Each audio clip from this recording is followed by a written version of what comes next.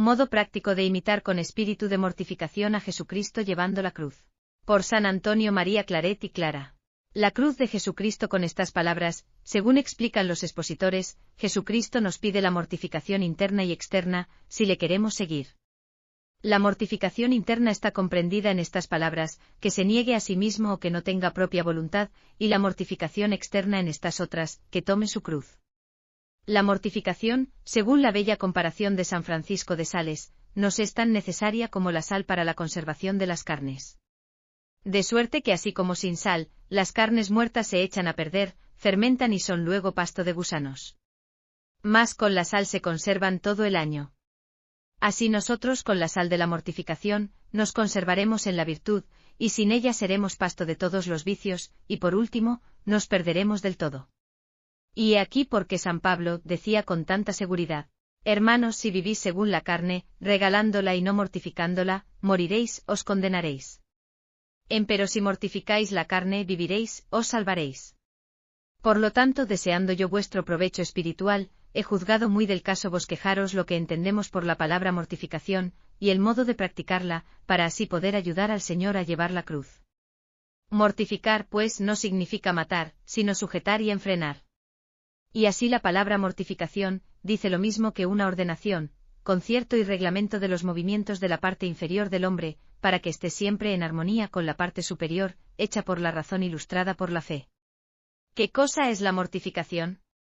Pregunta un contemplativo ni responde. Es una muerte de amor que mata la vida criminal, que desprende al alma de los sentidos, que la separa de su cuerpo y la hace vivir del espíritu. Es un sacrificio de amor. El Espíritu Santo es el sacerdote, el cuerpo, la víctima, el altar, el corazón, la penitencia, el cuchillo. El amor es el fuego y la gloria su fruto. Es un martirio de amor sin crimen y sin tirano. Menos sangriento que el de la fe, pero más prolongado y más gravoso, aunque libre y en cierta manera más voluntario. Es la continuación del sacrificio de Jesús, que cumple su pasión, hace a nuestros cuerpos miembros del suyo, nos anima con su espíritu, nos hace participantes de sus dolores, nos merece los tesoros de su gracia y nos eleva al trono de la gloria. Hasta aquí dicho autor, y pareciéndome que con lo dicho, entenderás ya que no es tan fiero el león como lo pintan, y que ya mirarás como risueño lo que antes te asustaba, paso ya a su específica división. Aunque la mortificación interna es la mejor y más noble, como que es el alma de todas ellas, para proceder con método, daremos primero algunas nociones de la mortificación externa, con que nos abriremos paso a lo demás.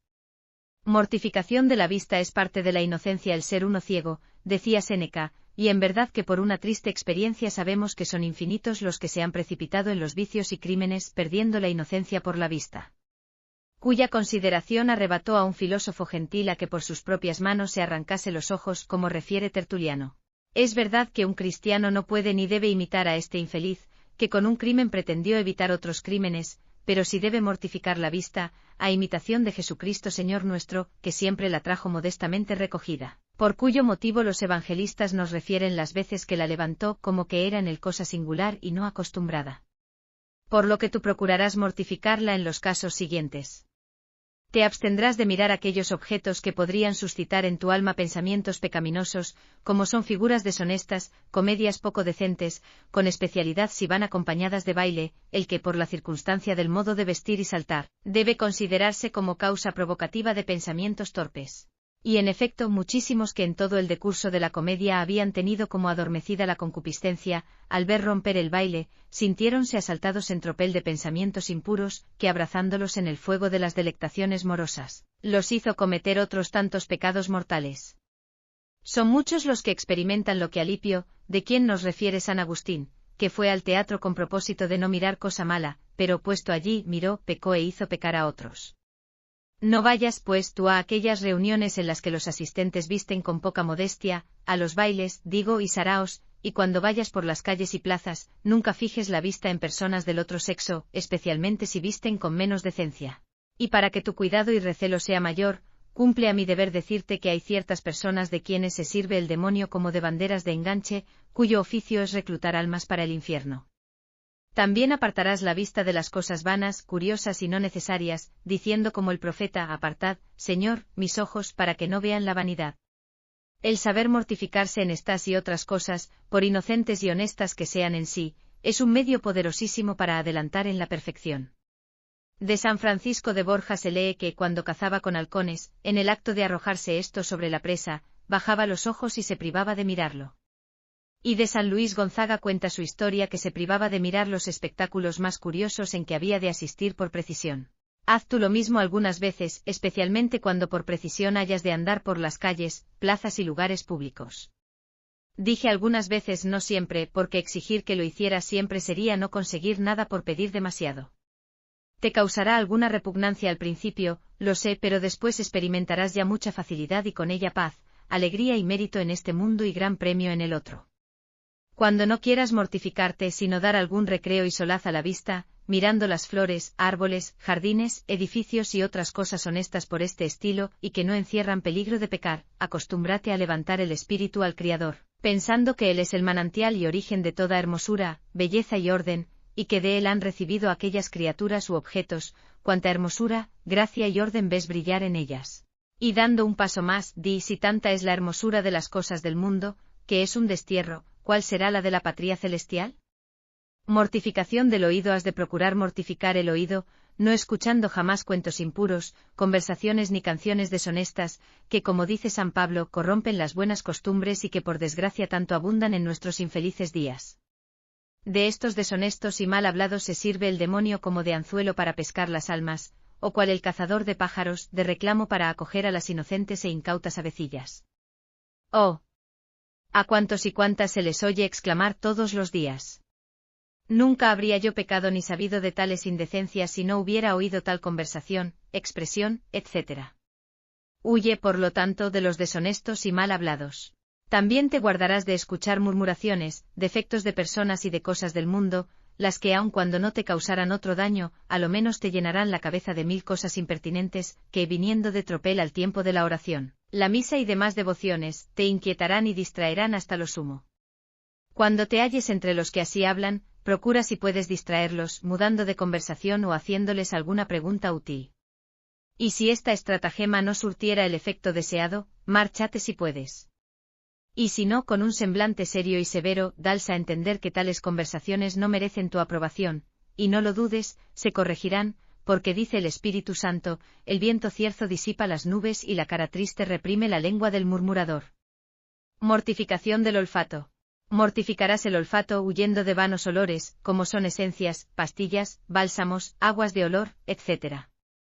Porque quien usa tales cosas propias de afeminados indica ser persona sensual, que a Dios, como a Supremo Señor, se le honre con incienso y otras cosas aromáticas es muy conforme a razón.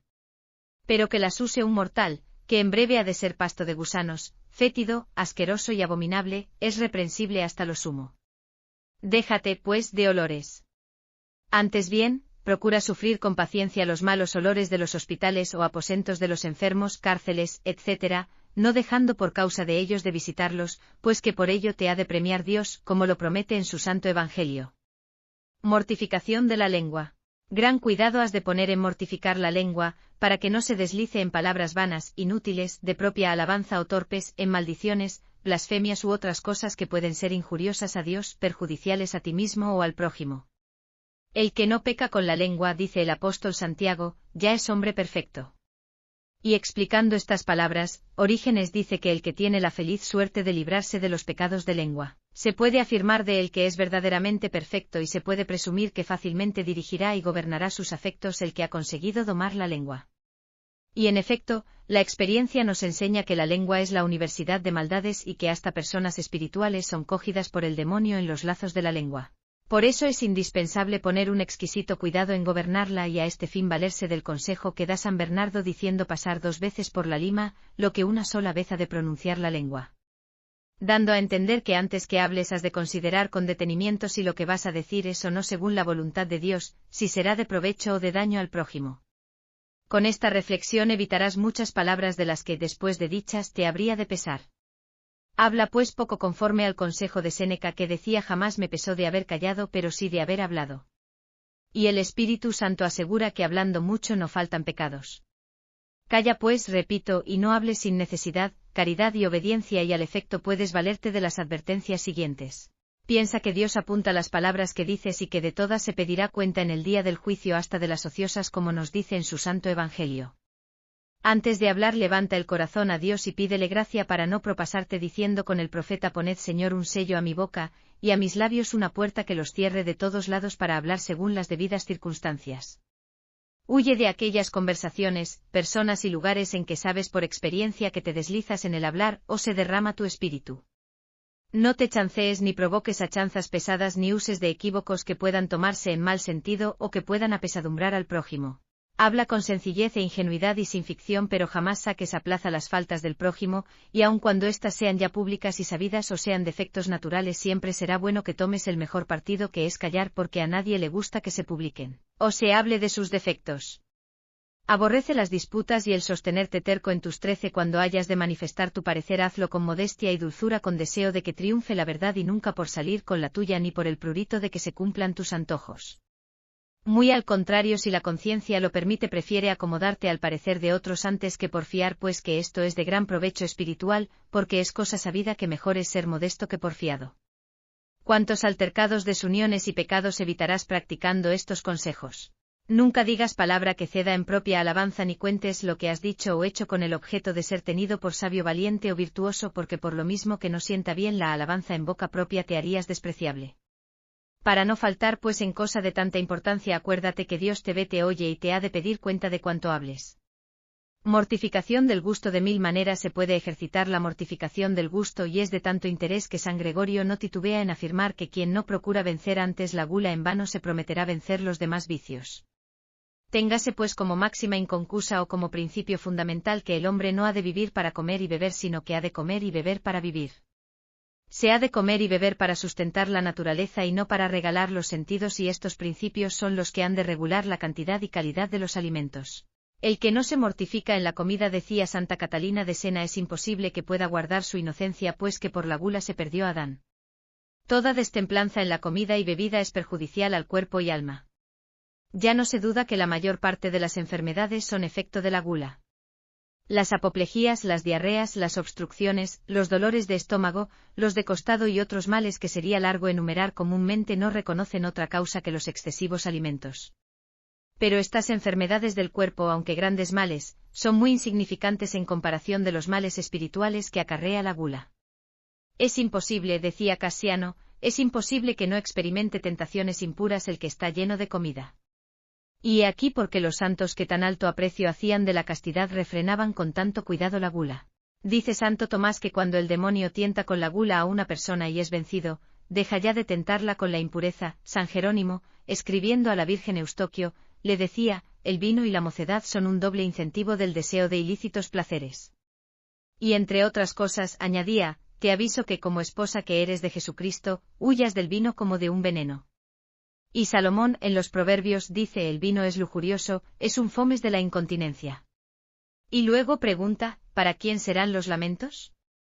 ¿No es verdad que serán para los que son dados al vino y que procuran apurar las copas? Porque sabe todo esto el demonio, que se huelga de nuestras desgracias en este y en el otro mundo, ha hecho abrir tantas tabernas, figones, cafés y fábricas de licores, que son como otras tantas fábricas de pólvora para hacer guerra a la castidad y demás virtudes, pues que de la impureza nacen todos los males, hasta la herejía, según nuestro adagio. No hay hereje sin mujer. Y así, para librarte de tamaños males, anda alerta con la comida y bebida. Nunca entres en taberna, café o figón, sino por necesidad, ni comas ni bebas, sino en las horas acostumbradas. Y entonces echa la bendición sobre la comida antes de empezar a comer, y al concluir, da por ella gracias a Dios. No quieras hacerte semejante a aquellos animales inmundos que, puestos bajo de la encina, tragan la bellota sin levantar su cabeza para mirar quién les prodiga el regalo. Antes bien, al comenzar a tomar alimento, levanta tu pensamiento a Dios y de vez en cuando dile interiormente: Señor, ni como ni bebo para deleitarme en estas cosas, sino para alimentarme y para tener fuerza para serviros. Mas no por esto quiero decir que sea una falta el sentir gusto en la comida, porque eso es natural y bien ordenado por Dios. Pero sí lo sería si se comiera por el gusto como por único fin. No es lo mismo comer con gusto que comer por gusto. Lo primero es lícito, porque sin el incentivo del gusto, ¿quién comería? Lo segundo es pecado o defecto porque es invertir el orden, es colocar el fin en lo que solo es medio o instrumento, es gozar de lo que solo se debe usar, es, en fin, destruir aquella máxima que dejamos sentada, a saber, que el hombre no ha de vivir para comer y beber, sino comer y beber para vivir. Es un acto de mortificación muy loable el no quejarse jamás de la comida o bebida, que el superior vele en favor de los demás, está muy puesto en razón, pero un particular nunca diga que está crudo o cocido, frío o caliente, soso o salado, sino que coma lo que traigan y del modo que lo traigan, a no ser que conozca serle dañoso al cuerpo o al alma, como si fuese cosa que le hubiese de causar alguna indisposición, o que se opusiera a algún precepto. Santo Tomás jamás pidió comida alguna en particular y siempre decía que con lo que le presentaban quedaba satisfecho. San Ignacio jamás rehusó plato alguno, ni se quejó aunque estuviera mal cocido o mal guisado. San Juan Clímaco también comía de todo y muy despacio, a fin de que los demás fueran comiendo para concluir juntos. También es una excelente mortificación privarse o abstenerse de aquellas viandas o frutas que son más análogas al propio gusto. Y haciéndolo con disimulo se pueden practicar muchos actos de virtud, presentando u ofreciendo a Dios estos sacrificios u obsequios, llevando la cruz de Cristo y no ser como aquellos de quienes con lágrimas se lamenta San Pablo, que son enemigos de la cruz de Cristo y cuyo Dios es el vientre.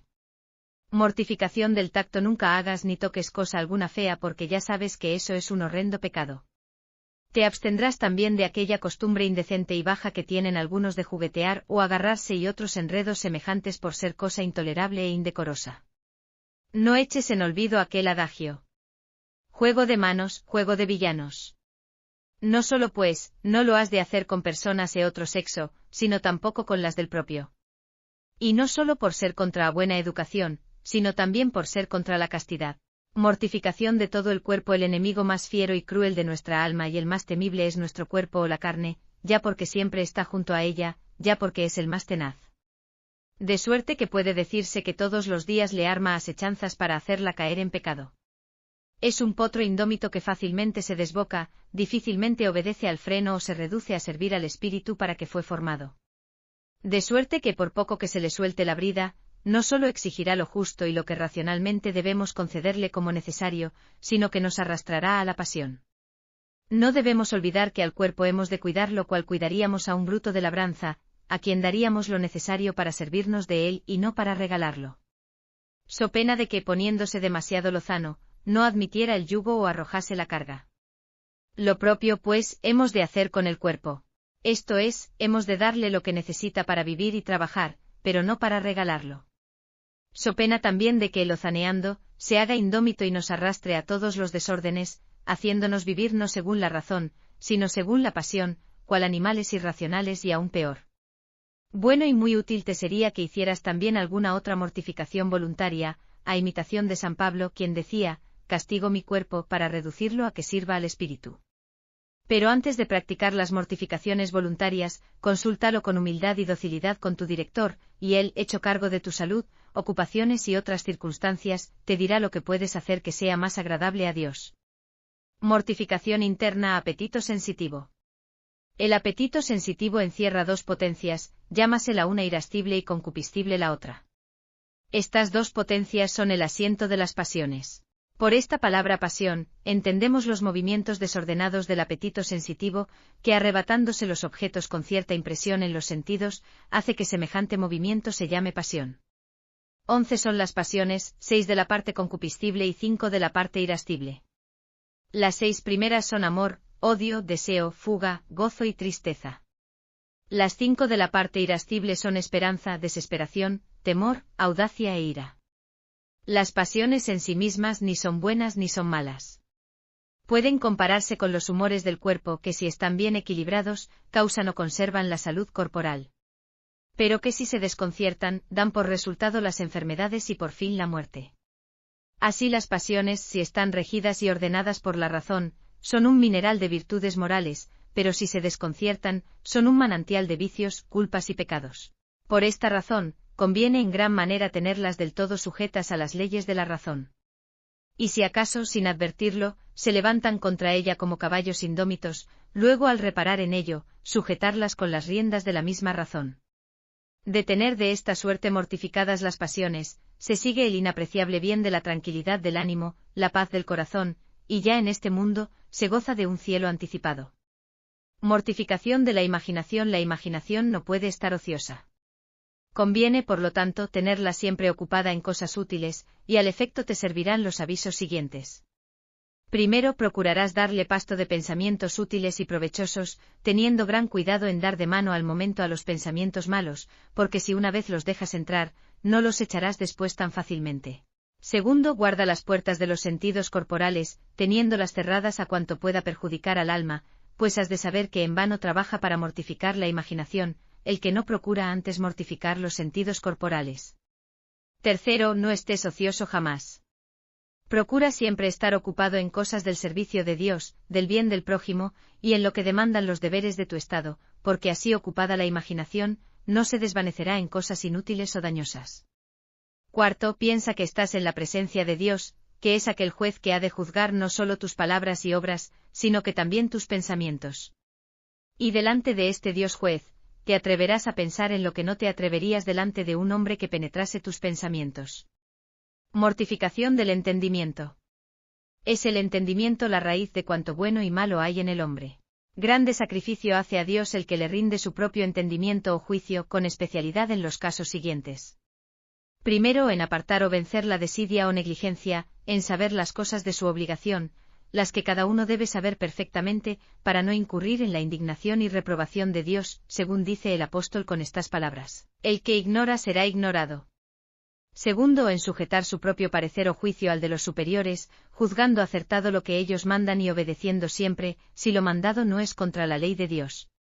Tercero, en sujetar el propio juicio o parecer al parecer de otro, aun cuando éste no sea tan sabio ni superior, a no ser en cosas malas, porque en este caso ni puede ni debe sujetarlo.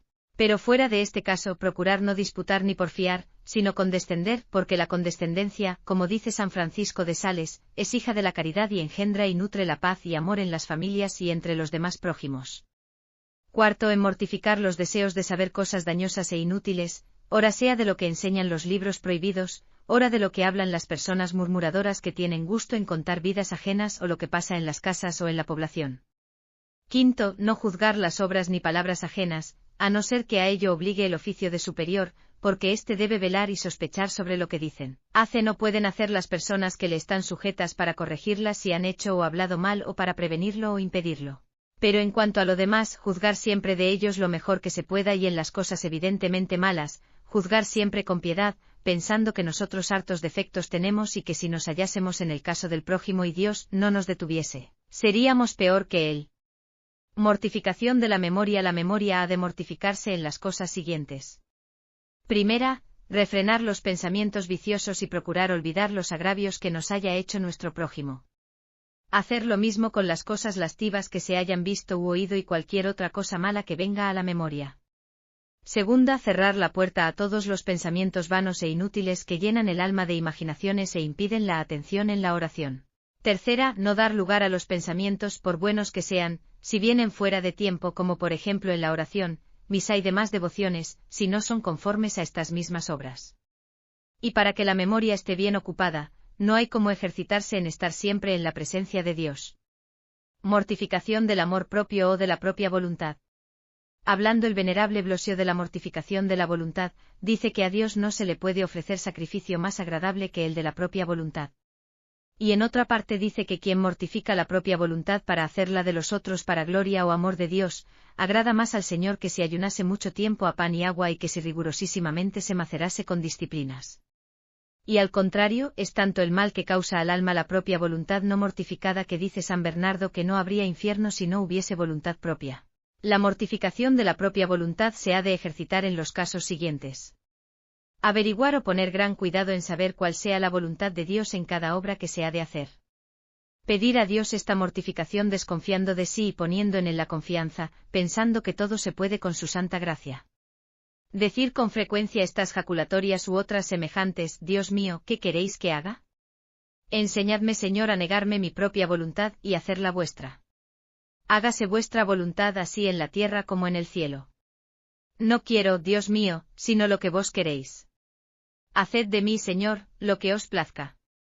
Procurar hacer la voluntad de los otros más bien que la propia en aquellas cosas indiferentes que pueden hacerse o dejarse de hacer lícitamente, o hacerlas de este o del otro modo, sujetándose a todos por amor de Dios.